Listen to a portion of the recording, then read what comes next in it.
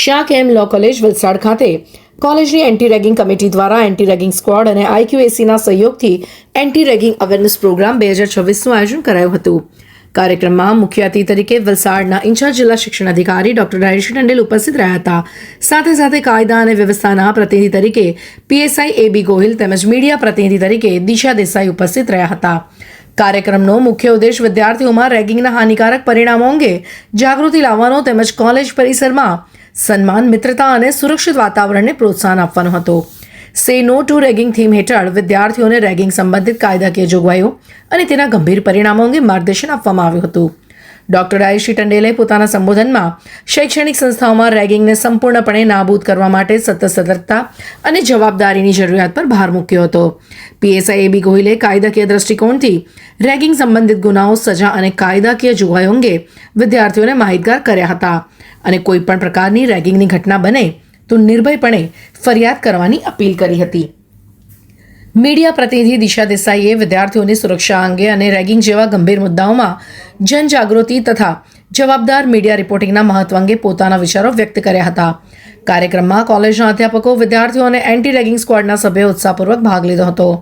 કાર્યક્રમના અંતે તમામ વિદ્યાર્થીઓ અને સ્ટાફ દ્વારા રેગિંગ મુક્ત કેમ્પસની જાળવી રાખવા તથા પરસ્પર સન્માન અને માનવીય ગૌરવ પર આધારિત શૈક્ષણિક વાતાવરણનું નિર્માણ કરવાનો સામૂહિક સંકલ્પ લેવામાં આવ્યો હતો.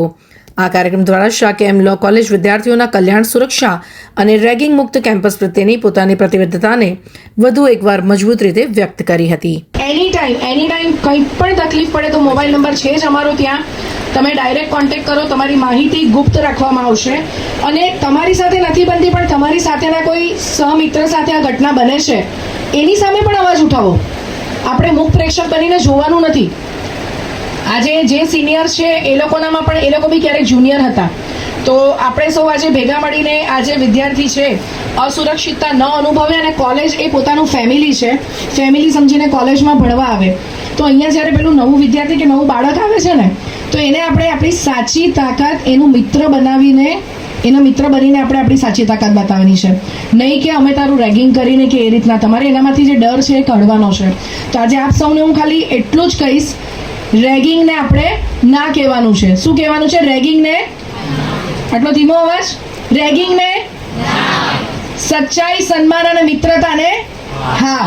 બરાબર. તો આજથી આપણે બધા નિયમ કરીશું કે રેગિંગનું જે દૂષણ છે, અને હું તો કહું કે વલસાડ લો કોલેજ એક દાખલો બનવો જોઈએ કે અહીંયાથી એક પણ કેસ રેગિંગનો નોંધાવો ન જોઈએ.